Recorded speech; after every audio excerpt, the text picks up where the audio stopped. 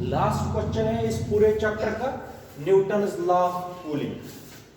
ठीक है बेटा, न्यूटन्स लॉ ऑफ कूलिंग, ये भी एक इंपॉर्टेंट क्वेश्चन है, ये आएगा करना, ये थर्मल कंडक्टिविटी वाला। शाबाश।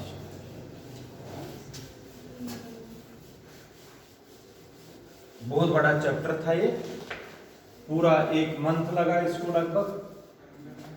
तो लास्ट क्वेश्चन है इसको, जिसको बोलते हैं Newton's law of cooling. Newton's law of cooling.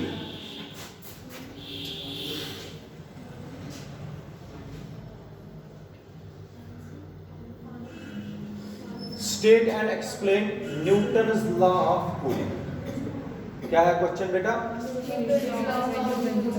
Newton's law of, पहले मैं आपको समझाऊंगा, पहले स्टेटमेंट बताऊंगा, फिर आप लोग बताओगे, फिर आगे बढ़ेंगे। स्टेटमेंट,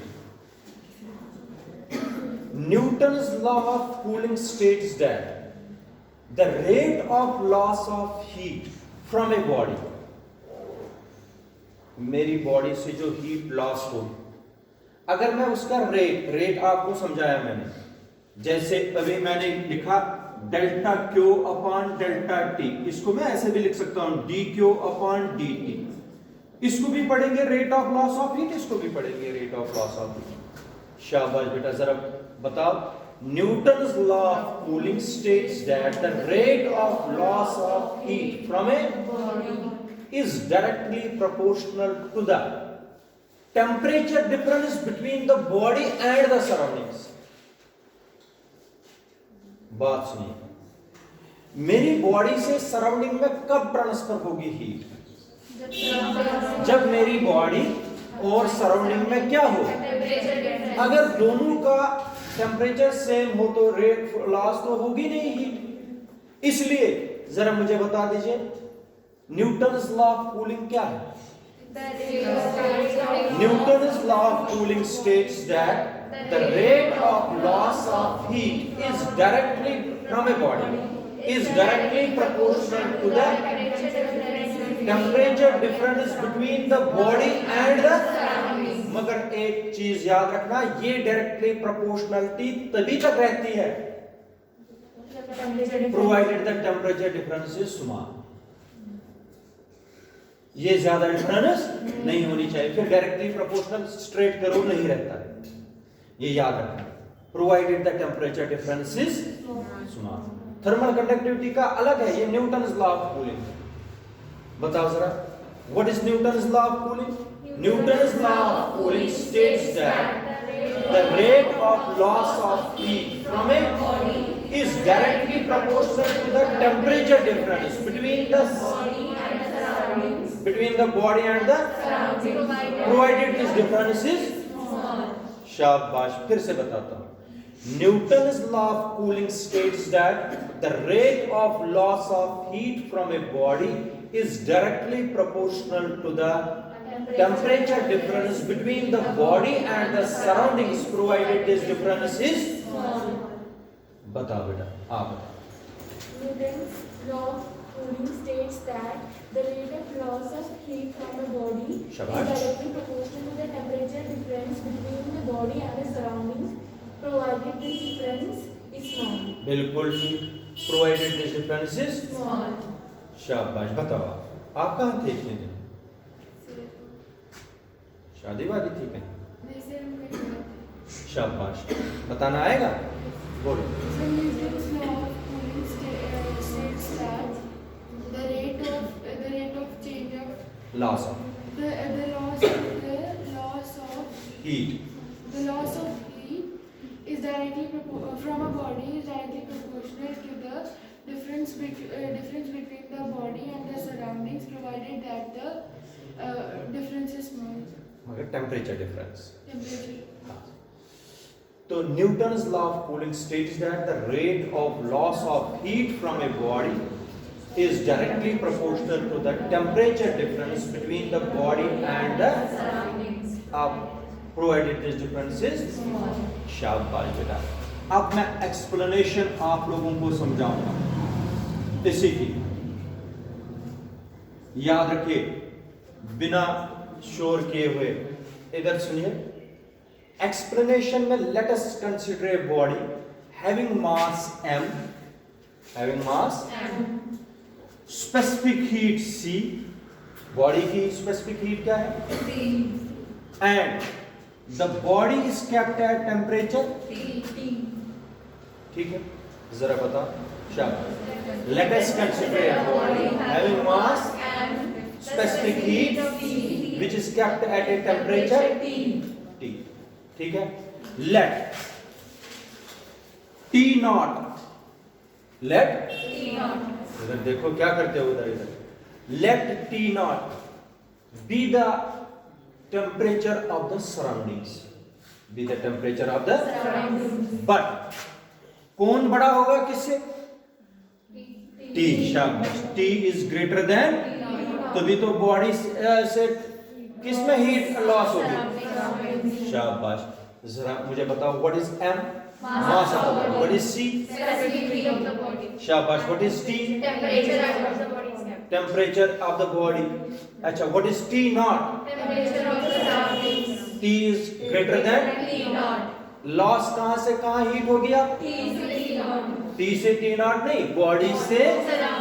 शाबाश बेटा, बॉडी से सराउंडिंग में हीट ट्रांसफर होगी। शाबाश। देन लेट डेल्टा या dq is the amount of heat. dq is the, जो अभी पढ़ा है इससे पहले भी, let dq is the amount of heat which is lost by the body which is at किस टेम्परेचर पर? T। In small time dt, in small time what is dq? It is the amount of heat which is lost by the body in small time to the surroundings। हाँ, ये चीजें तुम लोगों को पता लग गई तो क्वेश्चन खत्म। आगे क्वेश्चन तो बिल्कुल सिंपल है। शाबाश। Let m, c and t be the mass, specific heat and temperature of the body. Let T0 be the temperature of the surroundings, but T is greater than T0. Therefore, some heat is lost by the body to the surroundings. How much lost? dq is the amount of heat lost by the body in small time। याद रखा बेटा कि नहीं? Delta Q, dq is the amount of heat which is lost by the body in small time। Then what is dq upon dt? Then what is dq upon dt? Rate of loss of heat। हाँ, फिर क्यों लगता है आप लोगों को इतना time? इसको क्या पढ़ेंगे बेटा? Rate of loss of heat. शाबाश, बिल्कुल ठीक। ये का जरा आप बता दीजिए स्टेटमेंट क्या है इसका, सब आपके सामने। Rate of loss of heat is directly proportional to the temperature difference between the system and the surroundings। जरा खुशी बताओ, टेम्परेचर बॉडी का क्या है? T। सराउंडिंग का T0। What is the difference? बिल्कुल ठीक, T माइनस T0 बन गई टेम्परेचर डिफरेंस। क्या बन गई? Temperature difference. सब आपके सामने है। What is dq upon dt? Rate of loss of heat. What is dt minus T0? According to the Newton's law of cooling, dq upon dt is directly proportional to T minus T0। लिखूं? यही है ना statement है, मैंने इसीलिए तो इतना लिखा है। What is dq upon dt? Rate of loss of heat। T minus T0 is temperature difference। According to Newton's law of cooling, rate of loss of heat is directly proportional to the temperature difference। हो गया dq upon dt, dq upon dt शाबाश बेटा is directly proportional to T minus T0। यहां तक ठीक है? ठीक है, शाबाश बेटा, अच्छी तरीके से समझ लो। जहां नहीं आएगा समझ मुझे बताओ फिर से। dq upon dt, dq upon dt is equal to k, is equal to k। फिर से हम यहाँ पर माइनस लगा सकते हैं, ऐसी बात नहीं, आप सबको पता है माइनस क्यों लगाते हैं, लॉस हो रही है हीट, शाबाश। T minus where K is constant of proportionality। इधर देखो, बट कल मैंने पढ़ाया था आपको specific heat Q is equal to C into M into T, क्या कल मैंने आपको बताया Q is directly proportional to M, Q is directly proportional to, वहां पर डेल्टा T लिखा था, T है temperature, Q directly proportional mass को होता है, Q directly proportional to temperature को होता है। अब तो C कांस्टेंट डाला था, उसको बोलते थे स्पेसिफिक। Q किसके बराबर बेटा, CMT, C भी कांस्टेंट है, M भी कांस्टेंट है। स्पेसिफिक हीट कल मैंने पढ़ाया, मास भी कांस्टेंट है, C भी कांस्टेंट। Q का वैल्यू लगा यहां पर, शाबाश बेटा, D/dt CMT, अंडरस्टैंड करना नहीं हुआ तो मुझे बताओ, इज इक्वल टू माइनस के T माइनस, शाबाश। इन तीन में कौन से दो कांस्टेंट है, C और M डिफरेंशिएशन से बाहर आएंगे, शाबाश। दिया क्या आएगा फिर यहां पर, CM dt/dt, कैंसिल होंगे, क्यों नहीं कैंसिल होंगे, ये ऊपर वाला T क्या है, नीचे वाला T, ये कैंसिल, ये अलग टर्म है, ये अलग टर्म है, याद रखना बेटा। इज इक्वल टू माइनस के T माइनस, बिल्कुल ठीक, इधर देख लीजिए, शाबाश। CM को नीचे लाइए K के, क्या आएगा, dt/dt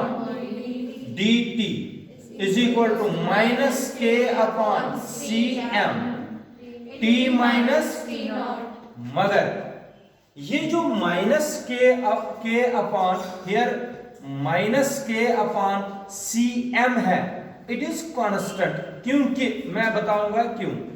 K ऑलरेडी हमारे पास क्या था, कांस्टेंट, स्पेसिफिक हीट भी क्या है, मास भी, ये तीनों टर्म में क्या है, इसलिए dt/dt is equal to constant multiply T minus T0।